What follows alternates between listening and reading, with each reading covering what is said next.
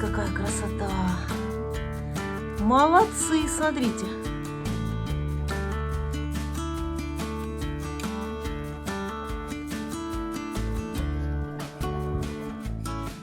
В курятнике все идет в дело.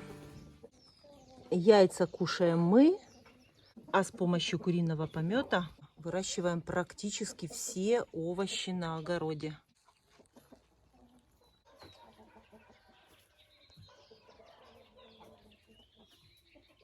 Навожу порядок в курятнике. Всю подстилку везу в теплицу. И буду готовить теплицы к посадкам.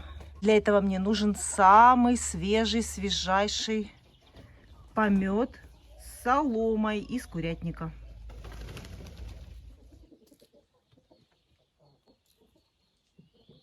Так я делаю уже очень много лет. Использую подстилку из курятника при подготовке теплицы к посадкам. И все, как это делать буду, все покажу вам. И есть у меня видео со сборами урожаев помидоров, перцев из теплиц. Благодаря вот этой подстилке.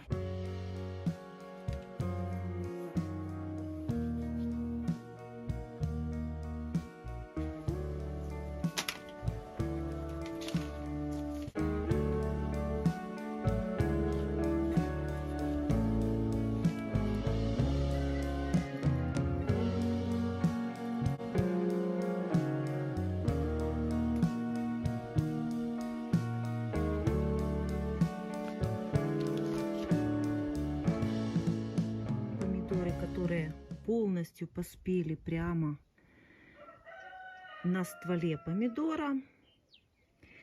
Это невероятно вкусный помидор.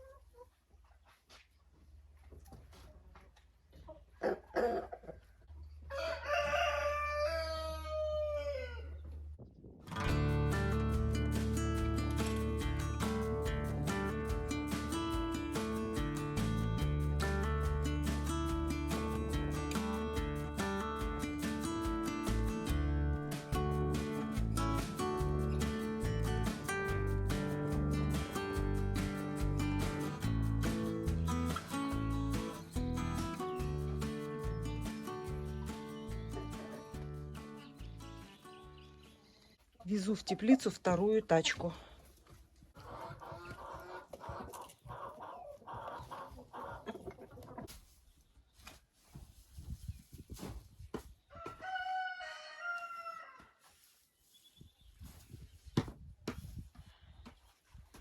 Начинаем.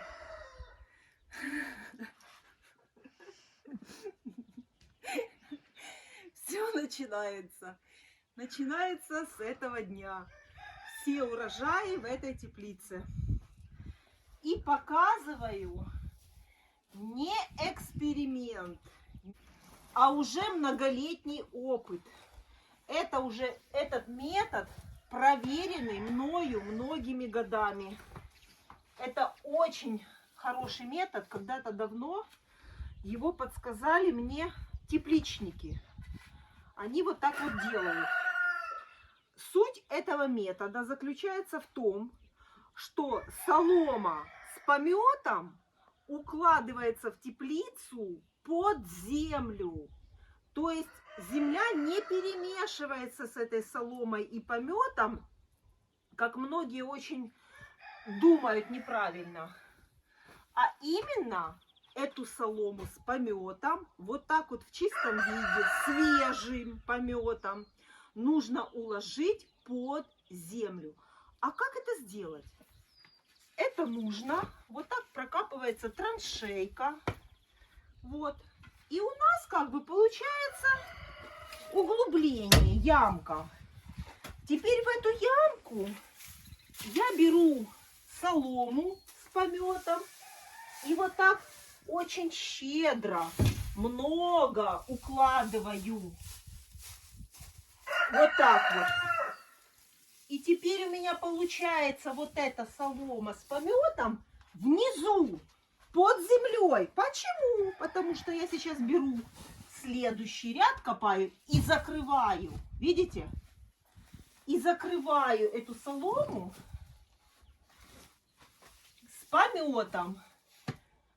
Для чего это делается? Это делается для того, почему тепличники этот метод используют.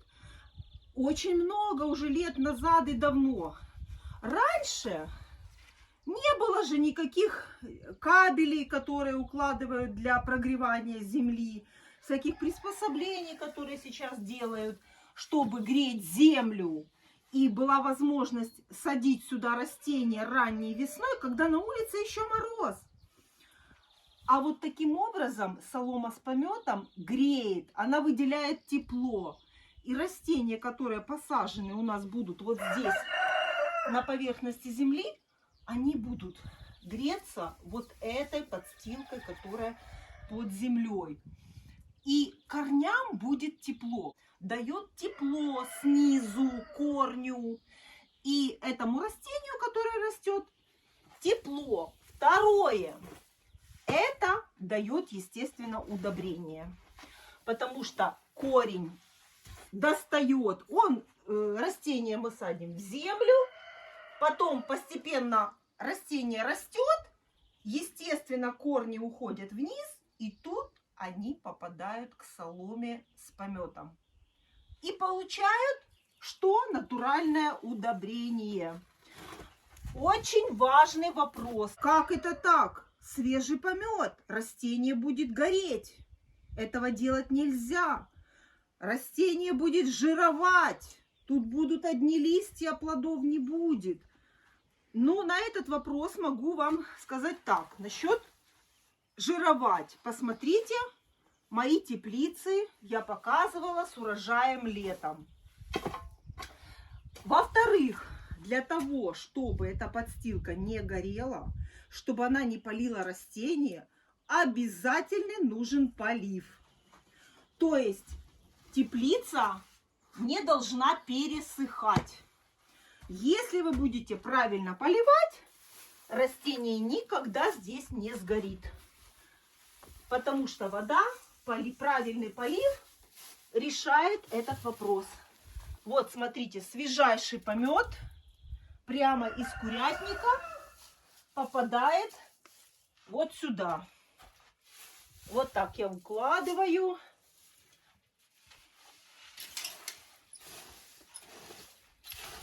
Все до грамма, ничего не пропадает. Все сюда. А теперь закрываю землей. И таким образом я готовлю теплицы и под помидоры, и под перец. У меня две теплицы. В одну я сажаю помидоры, во вторую перцы. И каждый год меняю местами, делаю севооборот. Если в этой теплице в прошлом году были помидоры, то в этом году здесь будут перцы. И так каждый год. Но подготовка теплиц к посадкам и к большому урожаю у меня одинаковая в двух теплицах. И так я делаю очень много лет. И это не эксперимент. Это не проба. Это я просто с вами делюсь своим опытом. Делать точно так, как я никого не заставляю, а просто показываю, как делаю я. И если хотите получать такие урожаи, как у меня, можете тоже сделать так. Попробуйте.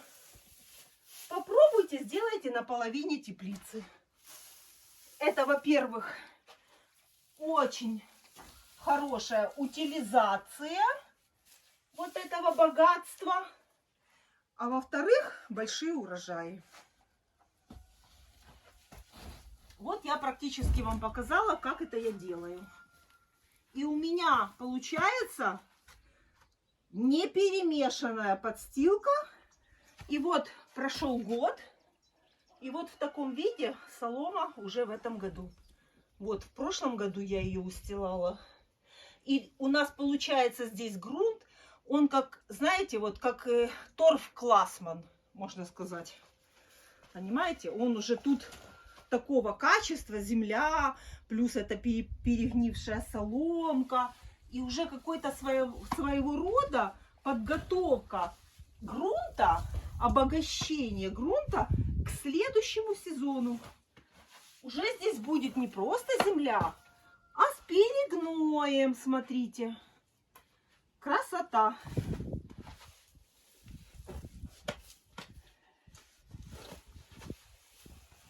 Обычно перекапываю теплицу.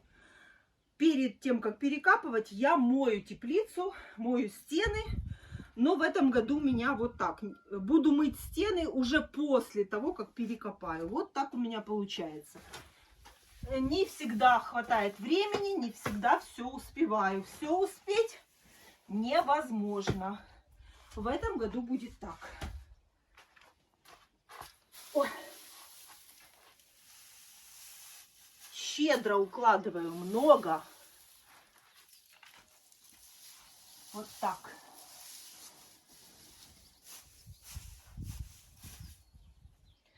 И удобрение, и обогрев корней растений. Вот так. Видите, какой прошлогодняя солома? Рассыпается.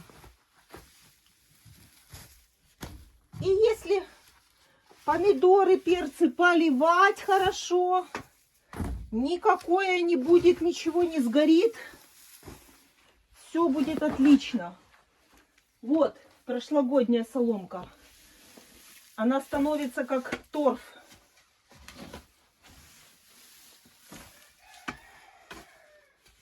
Красота. И потом все растет, как на дрожжах. Удобрения никакие я не использую химические, только куриный помет.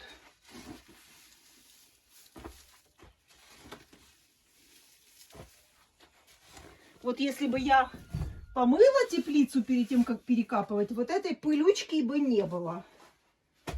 Ну, а так...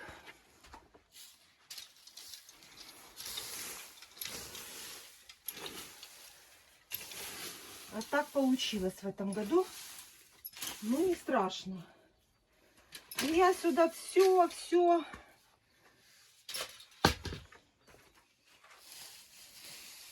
Конечно, идет подстилки сюда много.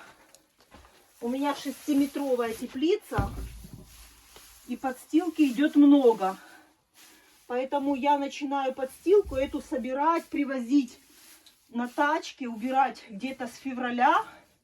Уже начинаю собирать помет с этим. Чищу курятники и подвожу где-то возле теплицы рядом. Складываю. А потом она мне в один прекрасный день вот так вот нужна. Вот. Вот. Не было бы пыли, конечно, если бы я помыла стены теплицы. Стены теплицы у меня пачкаются, потому что у меня куры живут здесь, в этой теплице, всю зиму. И я вам показывала это. Если бы эта теплица была всю зиму пустая, без кур, то и стены были бы чистые. Ничего, помоем, все будет, все сделаем. Немножко позже. Вот так. Поглубже делаю. Ну, стараюсь на штык лопаты. Вот, видите? На штык лопаты. И в эту траншею укладываю солому.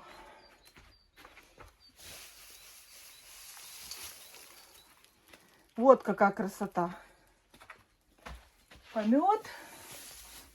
Видите, свежайший.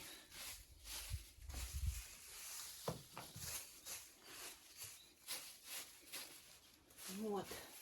Ранней весной он дает тепло растению в корень. А если корню тепло, значит он и растет. В холодной земле расти ничего не хочет.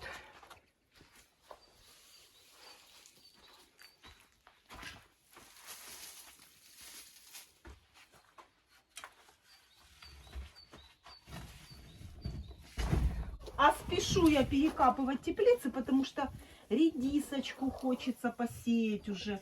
Уже хочется и рукколу, и шпинат посеять. Уже бы редиску бы ели, если бы у меня здесь куры не сидели зимой. И вот я их только недавно переселила. То у меня бы здесь уже была редиска. А так из-за кур вот приходится немножко позже отставать. Ну ничего, сейчас быстренько перекопаю и посею редисочку. И очень хорошие получаются помидоры. Рассада помидоров исключительно вот именно сейчас. Несмотря на то, что сейчас конец марта, это самое время. Вот если сейчас сеянуть сюда помидоров, и это я хочу тоже сделать, и я вам покажу разницу, которая будет... Помидор посаженный прямо сюда, в теплицу. И который у меня посеян 8 марта. В стаканчике на стеллаже.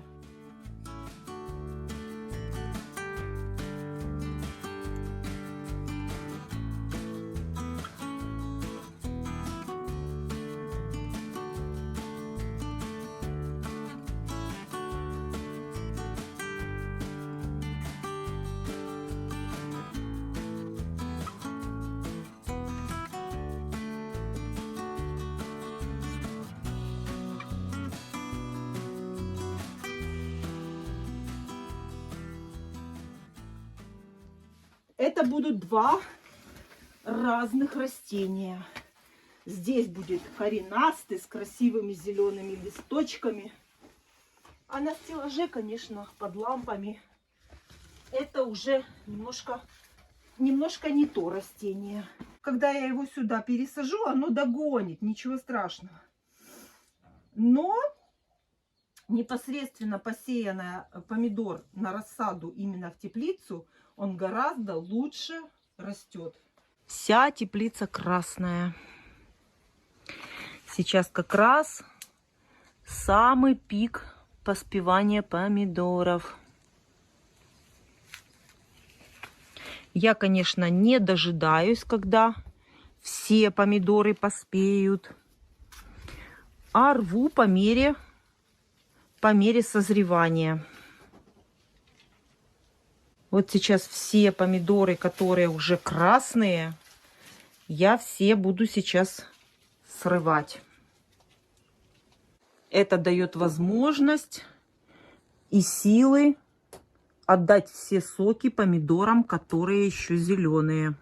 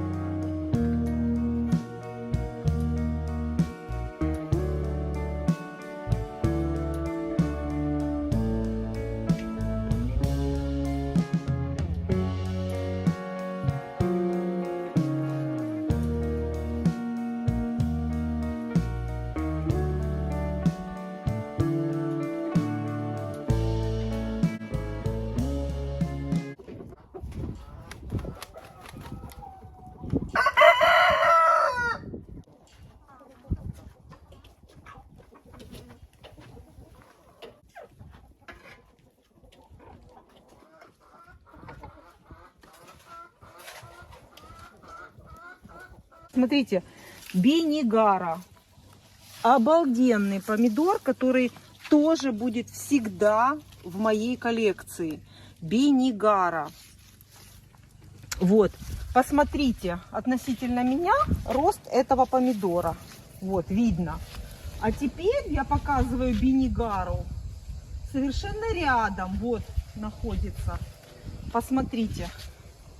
Мой 1,75 м. И вот, смотрите, какого роста Бенигара здесь.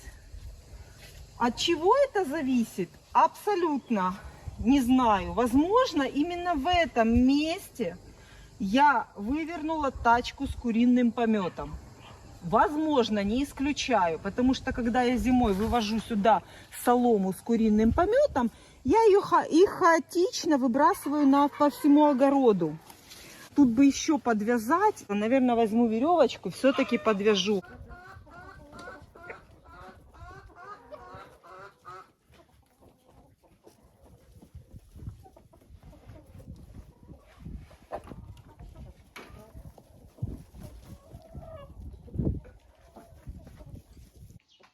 Куры — это не только вкусное полезное яйцо, но и большие урожаи летом, благодаря помету куриному. Посмотри, какая кисть. 8.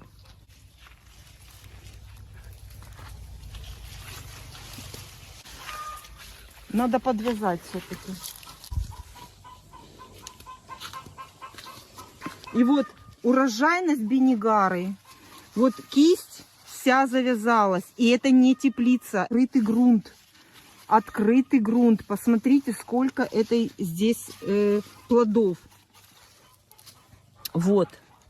И точно такая же она урожайная и в теплице. Просто вся завешена. Посмотрите, какие помидорчики. Прелесть. После высадки помидоров в открытый грунт я не удобряю абсолютно ничем. Никаких удобрений в дальнейшем в росте этого помидора нет. Единственное, что всю зиму я на огород вывожу всю подстилку из курятника. И потом трактор переорит землю, и где попадется, там попадется. Где нет, там нет. Оборвала зеленый помидор. Вот. Вот так. То есть помидоры летом видят только чистую воду. Сегодня у меня есть время почистить и второй вольер. И везу это все в теплицу. Надеюсь, к большим урожаям. Смотри. Смотри, какое золото. Прелесть. А какая это вкуснота. Один помидор и салат готов. Смотри, какой красивый. Апельсины. Апельсины уже просто сок. Класс. Все, несу в тенечек.